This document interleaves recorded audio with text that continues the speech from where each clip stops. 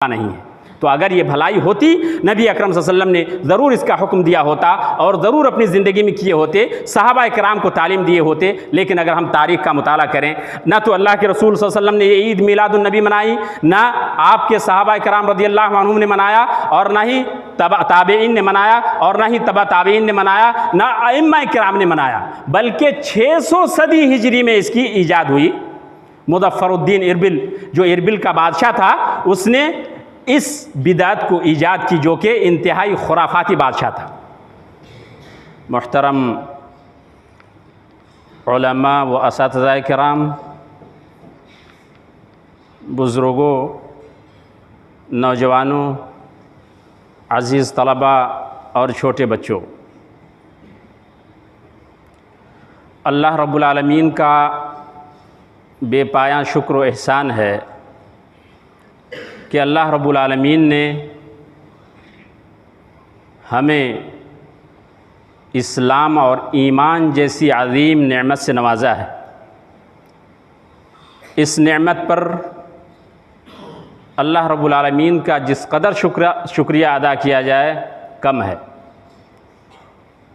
क्योंकि इस्लाम आने के बाद अल्लाह की यहाँ कोई दूसरा दीन मकबूल नहीं। इस्लाम आने के बाद अगर कोई दूसरा धर्म, दूसरा दीन इख्तियार करे तो न तो इस दुनिया में ना ही आखिरत में कामयाब हो सकता है। इरशाद रब्बानी है, इन्न दीन इंदल्लाहिल इस्लाम, कि अल्लाह के नज़दीक अगर कोई पसंदीदा और मकबूल दीन है तो वो सिर्फ़ और सिर्फ इस्लाम है। और फरमाया, वमन यब्तग़ि गैरल इस्लामी दीनन फलन युक़बल मिन्हु व हुवा फ़िल आखिरति मिनल ख़ासिरीन, कि जो इस्लाम के अलावा कोई और दूसरा दीन तलाशेगा, फलन युक़बल मिन्हु, तो उससे वो हरगिज़ कबूल नहीं किया जाएगा और वो आखिरत में नाकाम, नामुराद और खसारा पाने वालों में से होगा। और हज़रत उमर रज़ियल्लाहु अन्हु ने फरमाया था, उनका वो मशहूर मक़ूला आप सबको याद होगा कि नहनु कौमुन अअज़्ज़नल्लाहु बिल इस्लाम, कि हम ऐसी कौम हैं कि जिस कौम को अल्लाह रब्बुल आलमीन ने इस्लाम की वजह से सरफराज और बुलंदी अता फरमाया है। व महमब्तग़ैनल इज़्ज़त बिग़ैरिही, और जब हम इस्लाम को छोड़ कर के दूसरी चीज़ों में हम इज़्ज़त तलाशेंगे, अज़ल्लनल्लाह, तो अल्लाह रब्बुल आलमीन हमें ज़लील और रुस्वा कर देगा। तो इस्लाम आने के बाद चूँकि कोई दूसरा दीन नहीं है, अल्लाह का शुक्र है कि अल्लाह ताला ने हम सबों को मुसलमान बनाया। और इस पर भी अल्लाह रब्बुल आलमीन का बेपाया शुक्र व एहसान है कि अल्लाह रब्बुल आलमीन ने हमें मुसलमानों में भी जो सही दीन पर कायम है, ताइफ़ा मंसूरा है, किताब व सुन्नत पर अमल करने वाला गिरोह और फ़िरका है, जो जमात है, उस जमात में से हमें बनाया। आप नज़र दौड़ाएं पूरी दुनिया में मुसलमान कितने फ़िरक़ों में बटे हुए हैं, और अल्लाह के रसूल सल्लल्लाहु अलैहि वसल्लम ने पेशीन गोई फरमाई थी कि मुसलमान के यहूद व नसारा 72 फ़िरक़ों में बट गए हैं, 71 या 72, और मेरी उम्मत के लोग 73 फ़िरक़ों में बढ़ जाएंगे, और उनमें से 72 फ़िरका जहन्नम में और 1 फ़िरका जन्नत में। पूछा गया वो फ़िरका कौन सा है? आपने फरमाया, हिया मा अना अलैहि व अस्हाबी, कि जिस पर, जिस मनहज पर, जिस तरीके पर मैं और मेरे सहाबा कराम हैं, उस पर जो जमात चलेगी, किताब व सुन्नत को मान करके जो जमात चलेगी, वही कामयाब होगी, वही ताइफ़ा मंसूरा है और वही कामयाब है और वही जन्नत की मुस्तहिक है। इसमें कोई शक नहीं कि इस्लाम आने के बाद किताब व सुन्नत की पैरवी, कुरान व हदीस को मानने ही में हमारी खैर व भलाई है, हमारी नजात है इस दुनिया में भी और आखिरत में भी। अल्लाह ताला ने फरमाया, तिल्का हुदूदुल्लाह व मन युतिइल्लाह व रसूलहु युदखिलहु जन्नातिन तजरी मिन तहतिहल अनहार खालिदीन फ़ीहा व ज़ालिकल फ़ौज़ुल अज़ीम, कि जो अल्लाह और रसूल की इताअत करेगा, फरमाबरदारी करेगा, किताब व सुन्नत की बातों को मानेगा, अल्लाह और रसूल के बतलाए हुए तरीके के मुताबिक चलेगा, अल्लाह ताला ने फरमाया कि ऐसे लोगों को अल्लाह रब्बुल आलमीन जन्नतों में दाखिल फरमाएगा, बागात में दाखिल फरमाएगा, जिनके नीचे से नहरें जारी होंगी और वो हमेशा हमेशा उसमें रहेंगे। वज़ालिकल फ़ौज़ुल अज़ीम, और यही सबसे बड़ी कामयाबी। तो कामयाबी किस में है? अल्लाह रब्बुल आलमीन और रसूल अकरम सल्लल्लाहु अलैहि वसल्लम की इताअत पर और पैरवी में है, किताब व सुन्नत को मानने में है, अल्लाह और रसूल के बतलाए हुए तरीके के मुताबिक चलने में है, और इसी को अल्लाह रब्बुल आलमीन ने कामयाबी करार दिया। और अगर कोई अल्लाह और रसूल की बातों को ना माने, उनकी इताअत ना करे, उनके बतलाए हुए तरीके के मुताबिक ना चले, अल्लाह रब्बुल आलमीन ने फरमाया वमन यअसिल्लाह व रसूलहु युदखिलहु नारन खालिदन फ़ीहा, और जो अल्लाह और रसूल की इताअत ना करे, अल्लाह रब्बुल आलमीन उसे जहन्नम में डालेगा, जहन्नम में दाखिल करेगा, खालिदन फ़ीहा, और वो उसमें हमेशा हमेशा रहेगा। और आगे फरमाए वलहु अज़ाबुम मुहीन, और उसके लिए उस जहन्नम में दर्दनाक रुस्वा कुन अज़ाब होगा।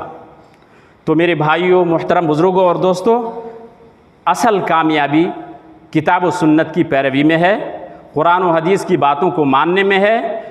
जिस तरीके को अल्लाह के रसूल सल्लल्लाहु अलैहि वसल्लम ने अपनी ज़िंदगी में बतलाया है और अपने सहाबाए किराम को बतलाया है, और जिस रास्ते पर सहाबाए किराम चल करके अपना अमली नमूना पेश किया है, उसी में कामयाबी।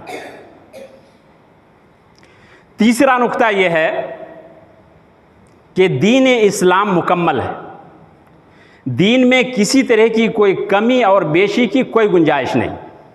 अल्लाह ताला ने इरशाद फरमाया अल-यौमा अकमलतु लकुम दीनकुम व अतममतु अलैकुम निअमती व रदीतु लकुमुल इस्लाम दीना, कि आज ऐ नबी, आज मैंने आपके लिए, ऐ लोगो, ऐ मोमिनो, हमने तुम्हारे लिए तुम्हारे दीन को मुकम्मल कर दिया। अल-यौमा अकमलतु लकुम दीनकुम व अतममतु अलैकुम निअमती, और तुम पर अपनी नेमत को मुकम्मल कर दिया है। व रदीतु लकुमुल इस्लाम दीना, और तुम्हारे लिए दीन इस्लाम को बतौर दीन राज़ी हो गया तुमसे, दीन इस्लाम को मुंतखब किया है दीन के तौर पर। हज़रत उमर रज़ियल्लाहु अन्हु के ज़माने में अहद खिलाफत में एक यहूदी आलिम आया और कहा ऐ अमीरुल मोमिनीन, आपकी किताब में, कुरान में एक ऐसी आयत है कि वो आयत अगर हम पर नाजिल होती तो जिस दिन ये आयत नाजिल हुई थी उस दिन को हम ईद मना लेते। हज़रत उमर रज़ियल्लाहु अन्हु ने पूछा कि वो कौन सी आयत है? कहा अल-यौमा अकमलतु लकुम दीनकुम व अतममतु अलैकुम निअमती व रदीतु लकुमुल इस्लाम दीना। हज़रत उमर रज़ियल्लाहु अन्हु ने फरमाया कि ये ईद ही के दिन नाजिल हुई, ये आयत ईद ही के दिन नाजिल हुई है, और वो दिन भी ईद का था। मुराद क्या है? यानी अरफा के दिन ये आयत नाजिल हुई थी और वो दिन भी जुमा का था। इस यहूदी आलिम के कहने का मतलब क्या था?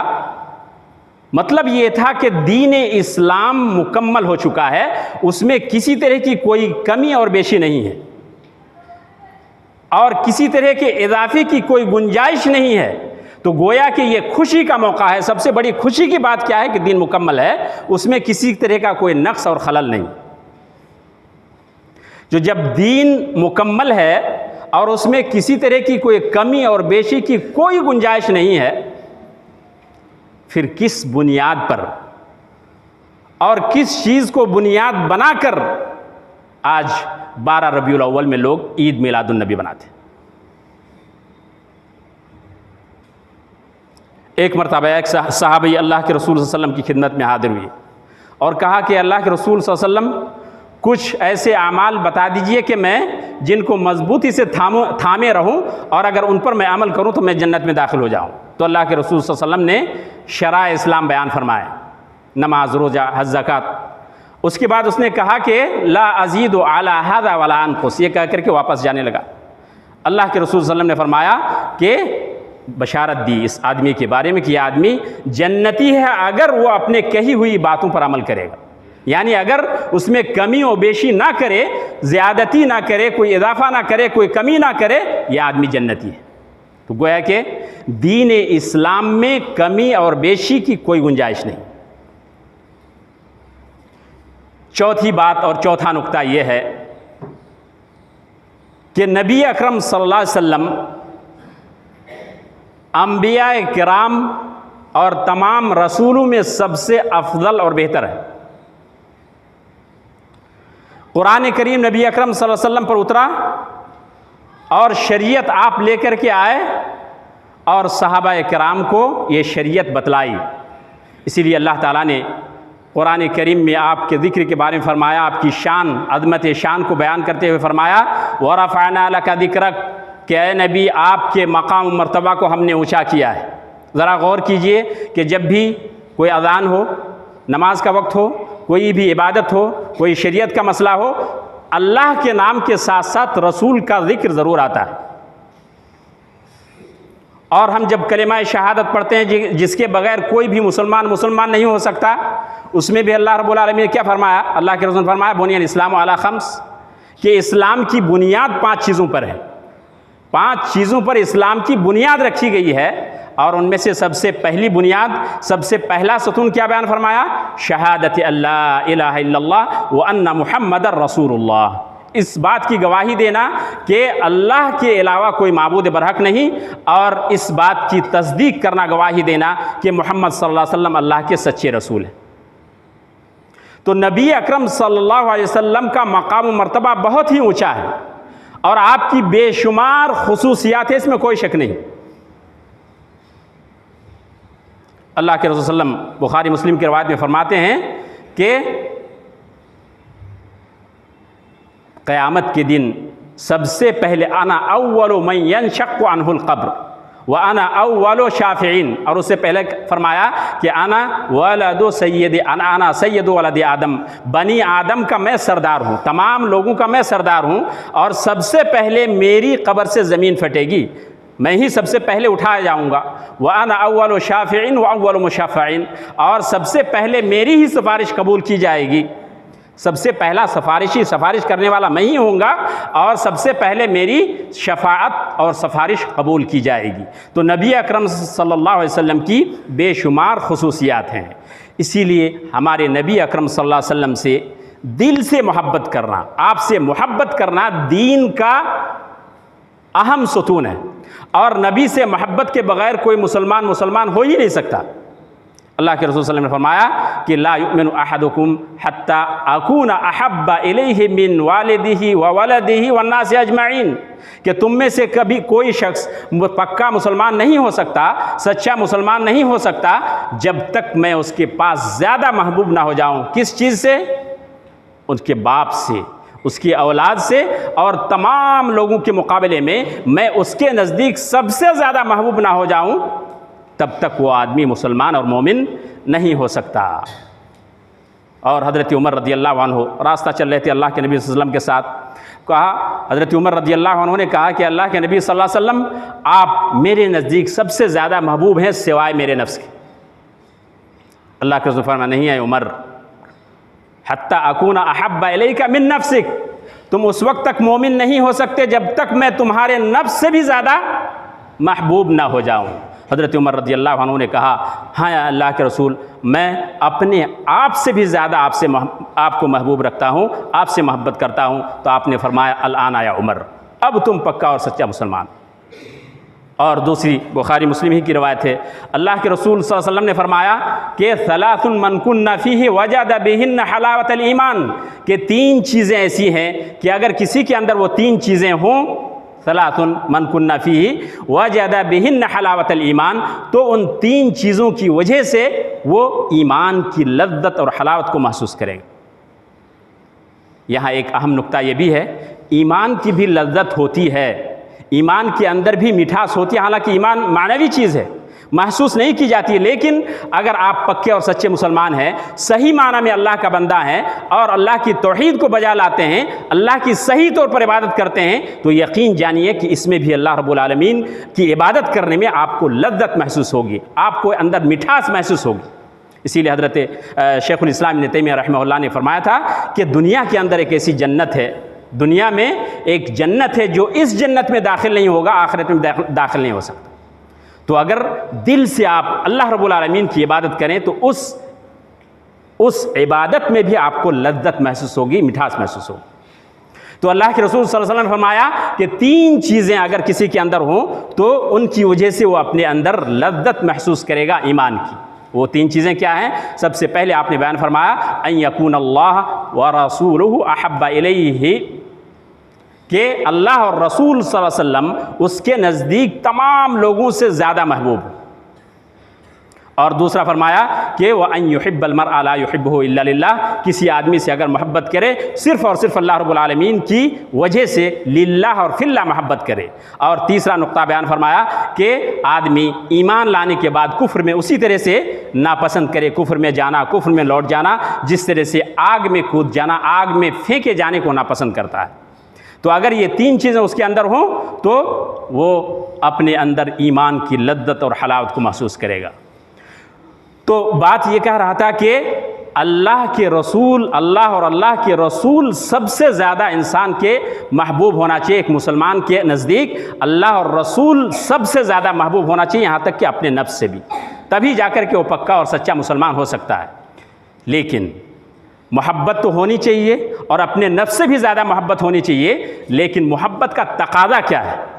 आज लोग न जाने किस किस नाम पर नबी अकरम सल्लल्लाहु अलैहि वसल्लम की मोहब्बत का दम तो भरते हैं, दावा तो करते हैं कि हमें नबी से प्यार है, नबी से मोहब्बत है, लेकिन इस मोहब्बत का जो मेयार है और नबी अकरम सल्लल्लाहु अलैहि वसल्लम ने इस मोहब्बत का जो मेयार बतलाया है उस मेयार पर खरे नहीं उतरते, वो अपने दावे में सच्चे नहीं हैं। आइए हम ऐसे लोगों के दावे को जांचते हैं जो अपने नबी अकरम सल्लल्लाहु अलैहि वसल्लम से मोहब्बत का दम तो भरते हैं, लेकिन उसके अंदर इस मोहब्बत का तकाज़ा उसके अंदर नहीं पाया जाता है। मोहब्बत का सबसे असल मेयार क्या है? एक आदमी से अगर किसी को किसी से मोहब्बत हो जाए तो मोहब्बत की दलील क्या होती है? दलील ये है कि जिससे मोहब्बत हो उसकी इत्तिबा और पैरवी करे। इसीलिए अल्लाह रब्बुल आलमीन ने इरशाद फरमाया कुल इन कुंतुम तुहिब्बून अल्लाह फत्तबिऊनी, ऐ नबी आप लोगों से ये ऐलान कर दीजिए, कह दीजिए कुल इन कुंतुम तुहिब्बून अल्लाह, अगर तुम अल्लाह से मोहब्बत करते हो फत्तबिऊनी, तो मेरी इत्तिबा करो। अगर अल्लाह से मोहब्बत तुम्हें है तो ए नबी आप ऐलान कर दिए लोगों में कि मेरी इत्तिबा करो। अगर मेरी इत्तिबा नहीं करते गोया कि तुम्हारी मोहब्बत का जो दावा है ये गलत है, सच्चा नहीं। यही मेयार है कि अगर आप अल्लाह और रसूल से मोहब्बत का दम भरते हैं और नात खानी और न जाने क्या क्या करते हैं, नबी से मोहब्बत का दावा करते हैं, तो नबी की पैरवी करके दिखलाइए किस कदर और नबी की सुन्नत से मोहब्बत करते हैं और नबी की इत्तिबा और पैरवी करते हैं। ज़रा गौर कीजिए सहाबा किराम रज़ियल्लाहु अन्हुम किस तौर पर नबी अकरम सल्लल्लाहु अलैहि वसल्लम की सुन्नत पर कारबंद थे, किस तरह से अमल करते थे और इत्तिबा करते थे। आइए ज़रा देखते हैं। हज़रत उमर रज़ियल्लाहु अन्हु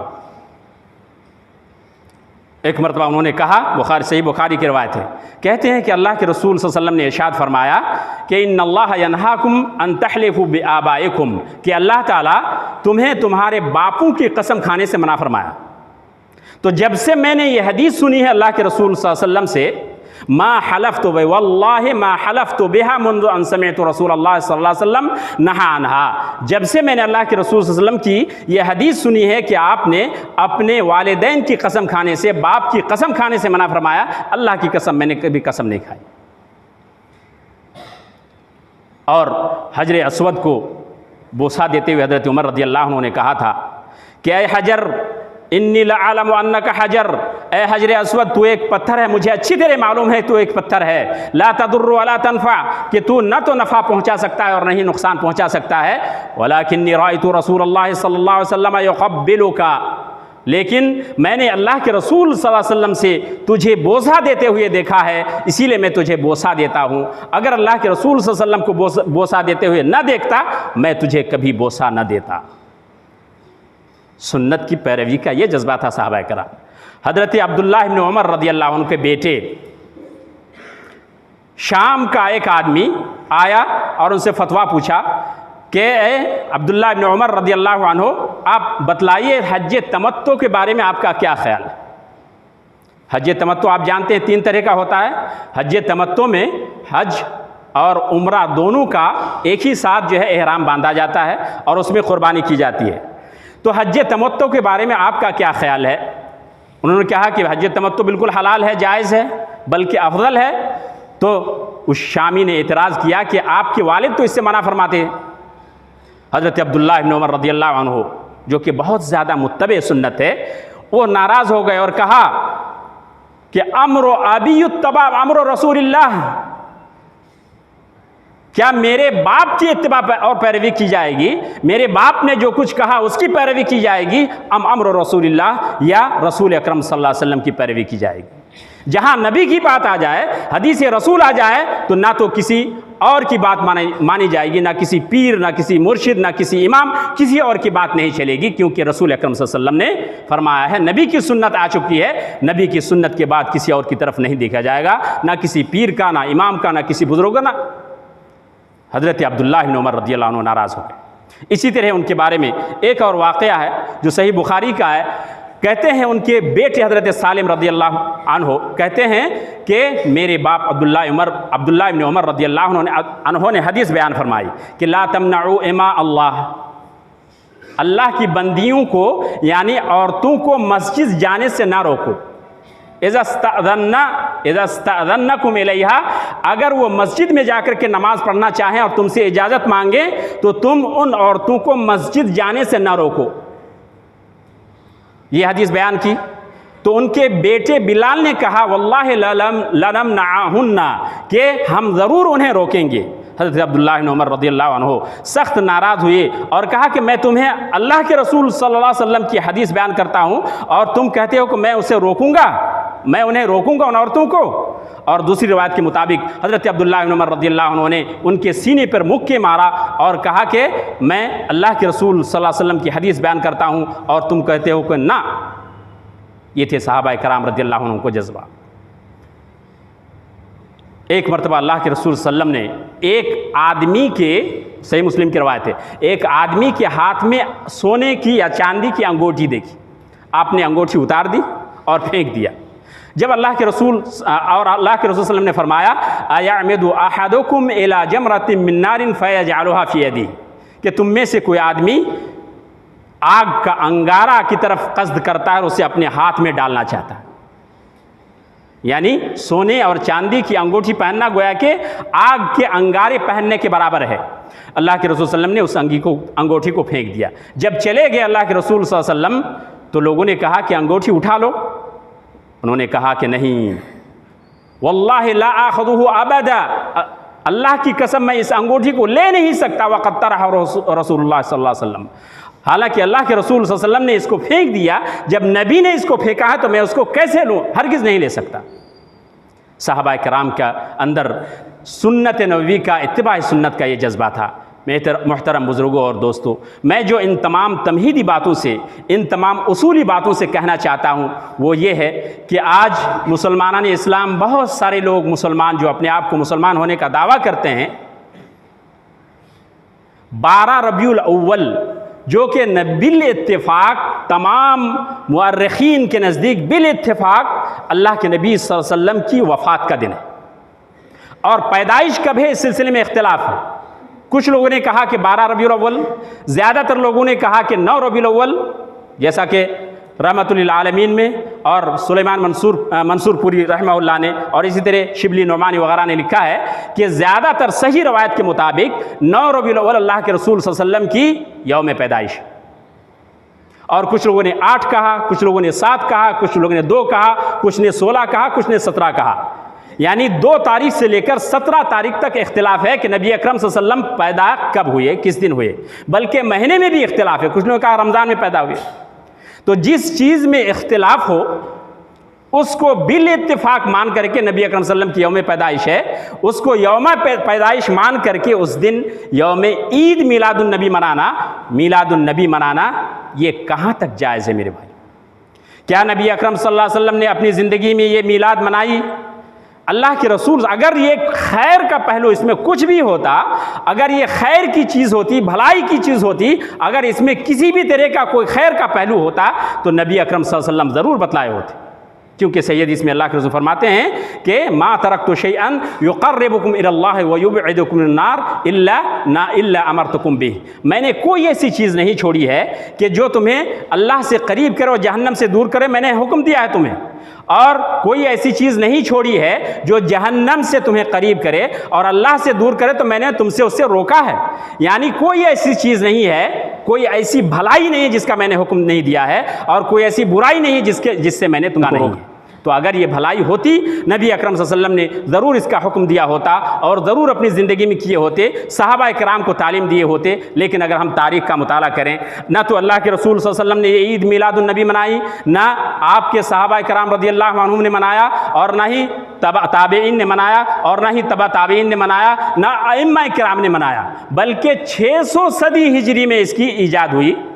मुज़फ़्फ़रुद्दीन इरबिल, जो इरबिल का बादशाह था, उसने इस बिदात को ईजाद की, जो कि इंतहाई खुराफाती बादशाह था।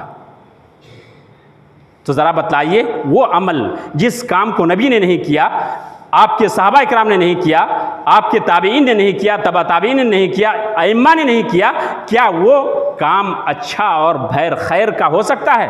हरगिज़ नहीं। मेरे भाइयों, बुज़ुर्गों और दोस्तों, इसलिए ईद मीलादुन नबी मनाना शरीयत की रोशनी में बिल्कुल हराम है, जायज़ नहीं है, उसका कोई सबूत नहीं है। बल्कि कोई भी इबादत अगर इबादत समझ करके आप करते हैं, उसका सबूत किताब और सुन्नत से होना ज़रूरी है। अल्लाह रब्बुल आलमीन से दुआ है कि हमें किताब और सुन्नत को सही तौर पर समझने और उस पर अमल करने की तौफ़ीक़ अता फरमाए। बारकल्लाहु ली व लकुम फ़िल क़ुरआनिल अज़ीम व नफ़अनी व इय्याकुम बिल आयाति व ज़िक्रिल हकीम।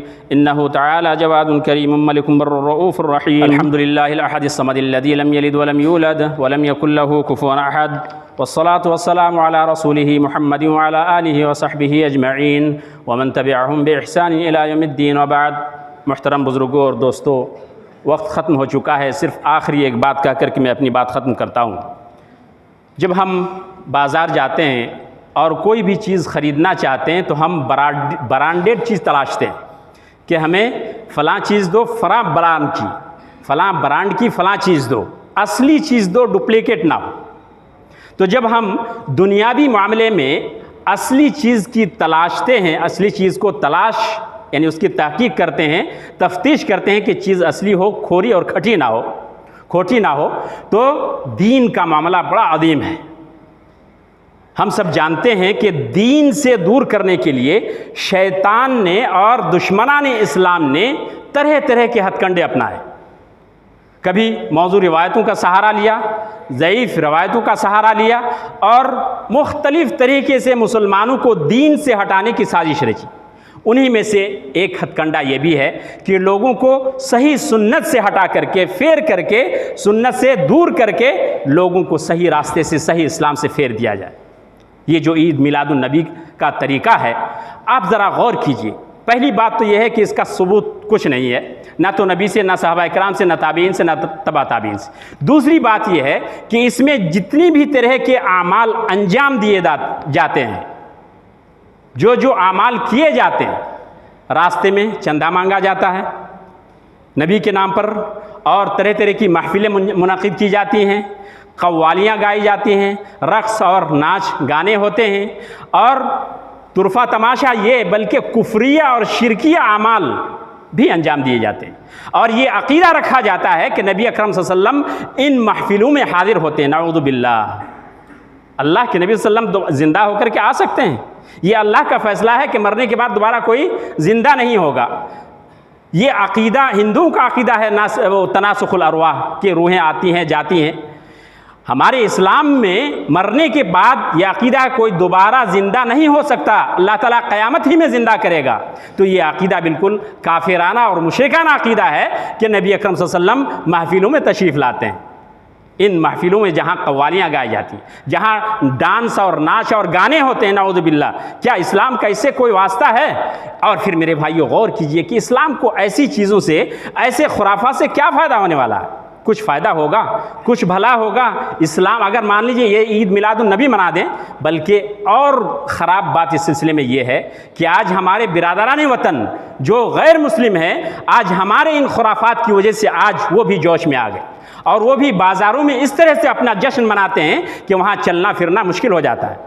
वो सिर्फ़ हमारे हमारे रिएक्शन में, हमारे देखा देखी हम ईद मिलादुन्नबी में बाज़ारों को जाम करके जगह जगह लाइटिंग करते हैं, महफिलें मुनाकिद करते हैं और जुलूस निकालते हैं। इस्लाम का इससे कोई वास्ता नहीं मेरे भाइयों। इसलिए हज़रत आयशा रज़ियल्लाहु अन्हा की हदीस, मन अहदथ फ़ी अमरिना हाज़ा मा लैसा मिन्हु फ़हुव रद्दुन, जिसने अगर इस दीन इस्लाम में कोई ऐसी नई बात ईजाद की जिसका किताब और सुन्नत से कोई सबूत नहीं है, फ़हुव रद्दुन, तो मरदूद है, बातिल है, नाक़ाबिल अमल है। लिहाजा ईद मिलादुन्नबी मनाना इस्लाम में इसकी किसी तरह की कोई गुंजाइश नहीं। लिहाजा हम तमाम मुसलमानों को ऐसे खुराफात से बचना चाहिए और ख़ास करके नबी अकरम सल्लल्लाहु अलैहि वसल्लम का जो तरीक़ा है, आपकी जो सुन्नत है, उसकी पैरवी करनी चाहिए, ना कि बिदात और खुराफात को अंजाम देना चाहिए। अल्लाह रब्बुल आलमीन से दुआ है कि किताब व सुन्नत को सही, उसकी तालीमात को सही तौर पर समझने और इस तरह के बिदात और खुराफात, शिरकिया और मुशरिकाना आमाल और अक़वाल को